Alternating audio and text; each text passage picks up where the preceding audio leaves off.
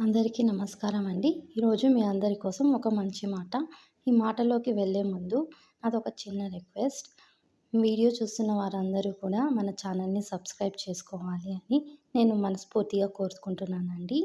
మాటలోకి వెళ్ళగా మంచి వాళ్ళు ఎప్పుడూ మోసపోతూనే ఉంటారు. ఎందుకంటే వాళ్ళు ఎదుటి వారిలో వెతికేది మంచితనం మాత్రమే కావున. వాళ్ళలో ఉండే నటించే గుణం మాత్రం కాదు. మరి మీరేమంటారండి?